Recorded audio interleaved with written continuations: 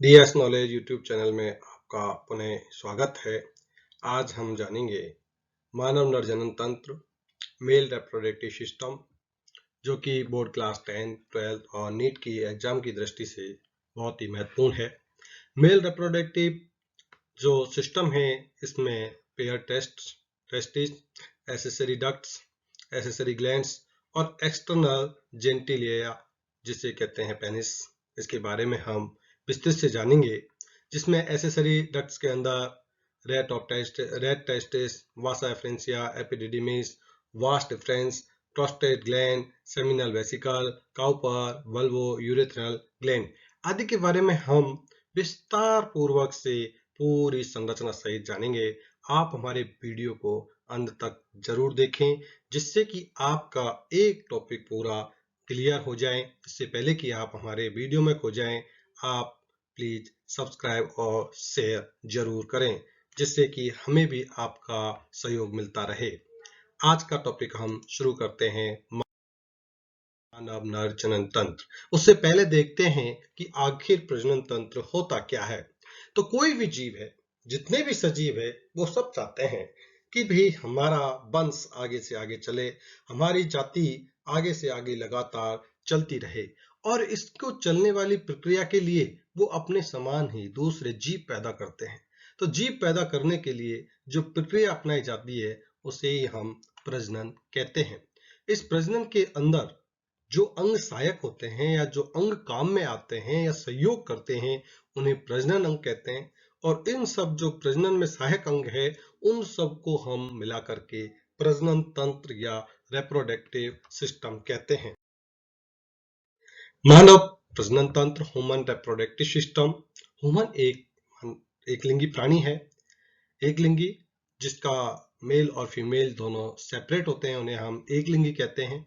इनमें अंडे का निषेचन फैलोपियन नली में होता है। बहुत इंपॉर्टेंट है कि मानव के अंदर जो निषेचन की, अंडे के निषेचन की प्रक्रिया होती है, वो फैलोपियन ट्यूब के अंदर होती है। और भ्रूण का विकास होता है, वो गर्भाशय में होता है। ये जरायुज होते हैं। जरायुज होने का मतलब है कि ये सीधे शिशु को जन्म देते हैं। मनुष्य में जनन अंग मादा में 12 से 13 वर्ष की आयु में और नर में 15 से 18 वर्ष की आयु में प्राय क्रियाशील होते हैं। और आप जानते हैं कि लड़कियों के लिए यानी फीमेल के लिए 12 से 13 वर्ष की आयु होती है, वो भटकाव की होती है। लड़कों में 15 से 18 वर्ष की आयु होती है, ये भटकाव की होती है। इसका बड़ा कारण होता है हार्मोनल चेंज होते हैं। और उन हार्मोनल चेंज होने की वजह से इनके जो रिप्रोडक्टिव ऑर्गन होते हैं, वो एक्टिव होना शुरू होते हैं। और जब वो एक्टिव होते हैं तो उनमें भटकाव आना, एक दूसरे के प्रति अट्रैक्ट होना एक स्वाभाविक प्रक्रिया बन जाता है। मनुष्य में नर और मादा प्रजनन अंग पूर्णतः अलग अलग होते हैं। मनुष्य का नरजन तंत्र निम्नलिखित अंगों का बना होता है, जिसमें वृषण और वृषण कोश, अधिवृषण, शुक्रवाहिका, शुक्राशय, मूत्रमार्ग, स्पेनिस या शिश्न और ग्रंथियां। ये 6 इसके भाग और अन्य जो ग्रंथि है, इनसे मिलकर के मनुष्य का नर जनन तंत्र बनता है। अब हम एक एक के बारे में विस्तार रूप से हम देखेंगे डायग्राम की सहायता से। पहला सबसे महत्वपूर्ण, टेस्टिस या एंड स्क्रोटल सैक। वृषण नर में पाए जाने वाला प्राथमिक जनन अंग है। याद रखिएगा, वृषण है वो कौन सा अंग है? प्राथमिक जनन अंग है। नर में पाए जाने वाला प्राथमिक जनन अंग कौन सा है? ऐसा प्रश्न पूछे गए हैं, परीक्षाओं में ध्यान रखेंगे। मनुष्य में एक जोड़ी वृषण पाए जाते हैं, जो दोनों पैरों के मध्य शिश्न के दोनों ओर लटके हुए होते हैं। प्रत्येक वृषण लगभग 4 सेंटीमीटर मोटा, 2.5 सेंटीमीटर लंबा और लगभग 10 से 15 ग्राम भार वाली संरचना होती है। वृषण पर 2 आवरण पाए जाते हैं, जिन्हें टेस्टिकुलर कैप्सूल कहते हैं। प्रत्येक वृषण 250 से 300 लोब्यूल्स, इस प्रकार से आप ये देख रहे हैं यहाँ पर, इस प्रकार 250 से 300 लोब्यूल्स में ये विभक्त रहता है। वृषण की कोशिकाओं द्वारा नरयुग्मक अर्थात शुक्राणुओं का निर्माण होता है। देखिए, बहुत इंपॉर्टेंट है कि इनकी सेल्स के द्वारा ही शुक्राणुओं का निर्माण होता है। तो शुक्राणु का निर्माण कहाँ हुआ? वृषण में हुआ। किनके द्वारा हुआ? वृषण कोशिकाओं के द्वारा हुआ। अब देखिए होता क्या है कि शुक्राणु के उत्पादन के लिए या इनके प्रोड्यूशन के लिए बॉडी के टेम्परेचर से 1 से 3 डिग्री टेम्परेचर कम की आवश्यकता होती है। अगर ये टेस्टिस बॉडी के अंदर रहें तो शुक्राणु का निर्माण नहीं हो सकता। टेस्टिस बॉडी से बाहर होते हैं क्योंकि उनका तापमान शरीर के तापमान से 1 से 3 डिग्री सेल्सियस जो है कम होता है, जिससे शुक्राणु का प्रोडक्शन हो सकता है। दोनों वृषणों में पतली कुंडलित नलिका होती है जिन्हें शुक्रजनक नलिकाएं कहते हैं। दोनों टेस्टिस होती है, उनमें पतली पतली नलिकाएं होती हैं, उन्हें हम शुक्रजनक नलिका कहते हैं। इन नलिकाओं में ही शुक्राणुओं का निर्माण होता है। तो किन में हुआ? शुक्रजनक नलिकाओं में शुक्राणुओं का निर्माण हुआ। शुक्राणुजनक नलिकाओं में 2 प्रकार की कोशिका, ये शुक्राणुजनक कोशिकाएं, इसमें 2 प्रकार कोशिका पाई जाती है नलिकाओं में। एक होती है नरजर्म कोशिका, ये क्या करती है? अर्धसूत्री विभाजन के द्वारा शुक्राणुओं का निर्माण करती है। कौन सी कोशिका करती है? नरजर्म कोशिकाएं, अर्धसूत्री विभाजन द्वारा। दूसरी होती है सर्टोली कोशिकाएं।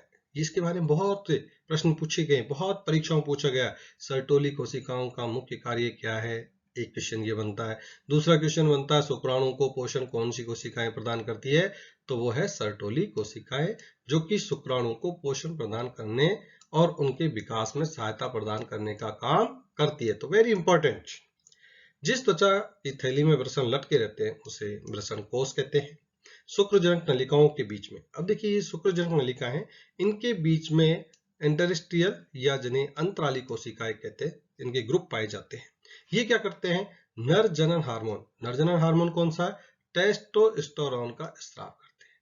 ये टेस्टोस्टेरोन जो है हार्मोन है, गौण लैंगिक लक्षणों के विकास में नियंत्रण में सहायता करता है। जैसे लड़के के दाढ़ी मूंछ का आना, आवाज का भारी होना, ऐसे गौण लैंगिक लक्षणों का नियंत्रण करने का काम करता है टेस्टोस्टेरोन।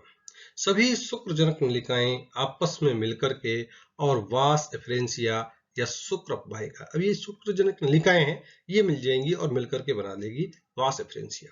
ये वास एफरेंसिया मिलकर के जो है अधिवृषण वाहिनी बनाती है। और वृषण में जो शुक्रजनक नलिकाओं के द्वारा जो शुक्राणु कोशिकाओं की उत्पत्ति होती है, उन शुक्राणुओं को ये वास एफरेंसिया है जो है अधिवृषण में ले जाती है। तो वृषण का मुख्य कार्य देखिए आप क्या हुआ? शुक्राणुओं का निर्माण करना हुआ, एक नंबर बड़ा सबसे बड़ा काम।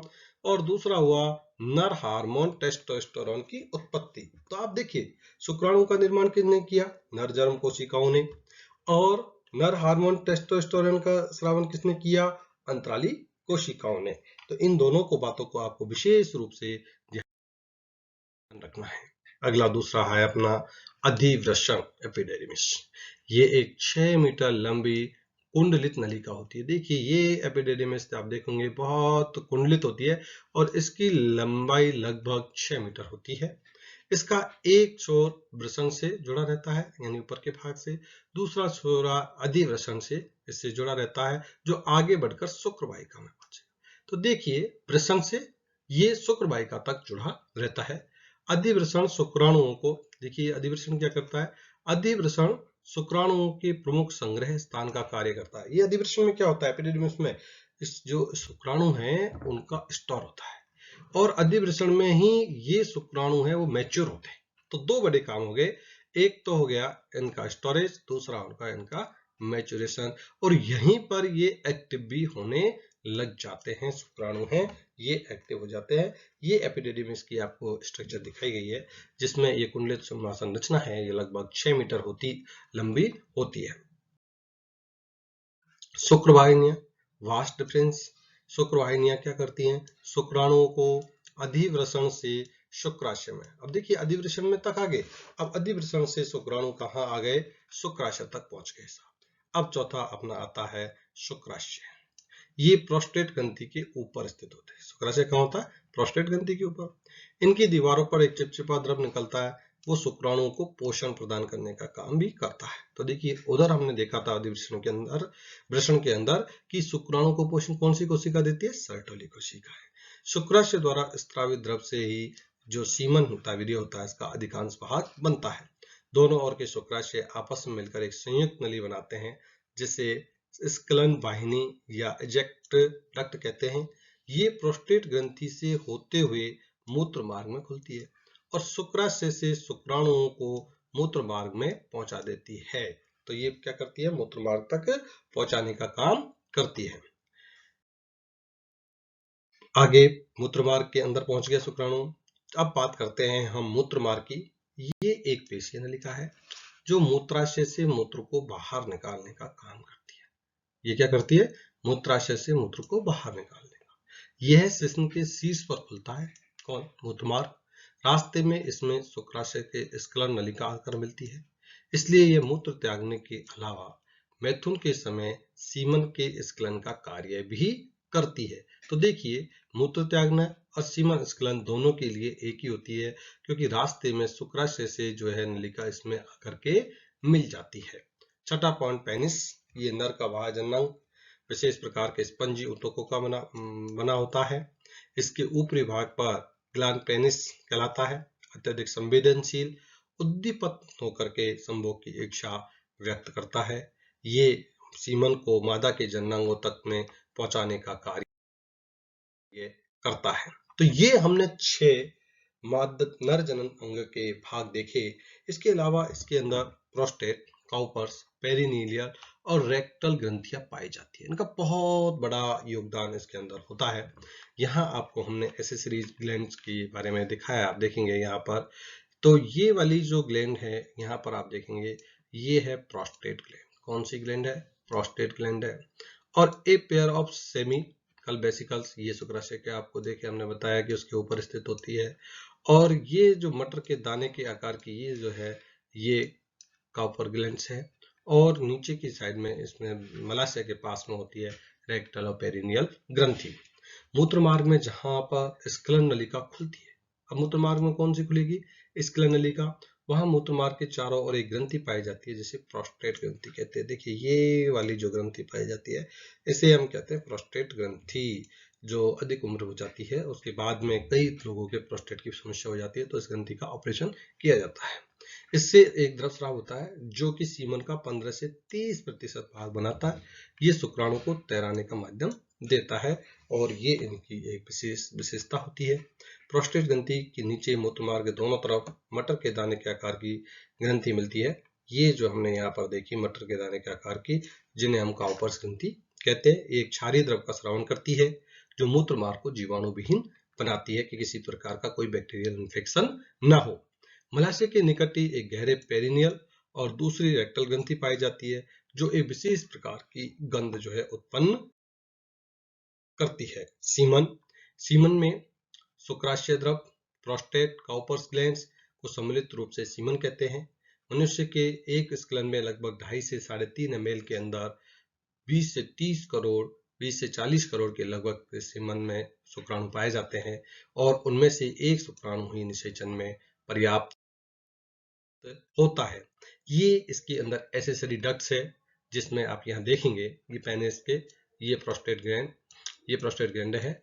ये हमने देखी थी आपके उसके नीचे की वाली ग्लैंड्स, ये शुक्राशय।